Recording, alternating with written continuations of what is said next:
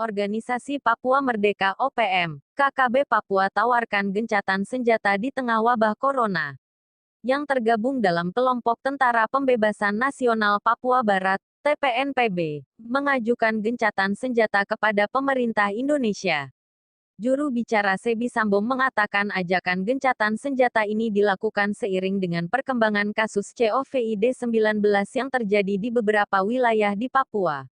Ajakan gencatan senjata, benar, demi kemanusiaan, Indonesia harus setuju.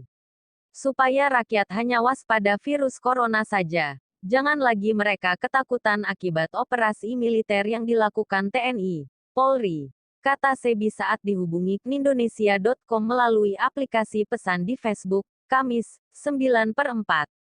Meski begitu, Sebi menyatakan pihaknya tak langsung menyampaikan ajakan gencatan senjata ini kepada pihak Indonesia.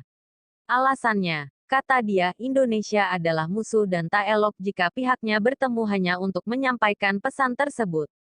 Kami kelompok musuh, jadi pernyataan kami lewat media itu cukup. Kasihan rakyat takut COVID-19 kah atau takut kehadiran pasukan militer dan polisi Indonesia dalam jumlah besar, ujarnya. Dia menuturkan ada syarat yang harus dipenuhi Indonesia jika gencatan senjata hendak disetujui. Pemerintah Indonesia harus menarik semua pasukan militer baik dari unsur TNI maupun Polri di Papua. Sebi berkata saat ini TNI, Polri masih berjaga di kawasan Duga, Lanijaya, Timika, Tembagapura, dan Oksibil Kabupaten Pegunungan Bintang. Jika Indonesia setuju, maka gencatan senjata itu akan berlaku sampai wabah virus corona berakhir, kata dia. Dalam rilis yang juga dikirimkan oleh Sebi, yang oleh Indonesia disebut sebagai KKB, mendesak agar perusahaan tambang PT Freeport ditutup sementara hingga wabah COVID-19 berakhir. Sampai hari ini Freeport masih beroperasi di Tembagapura, dan karyawan, buruh, dipaksa kerja dalam ancaman virus corona dan perang TPNPB dan TNI, Polri. Demikian bunyi rilis tersebut.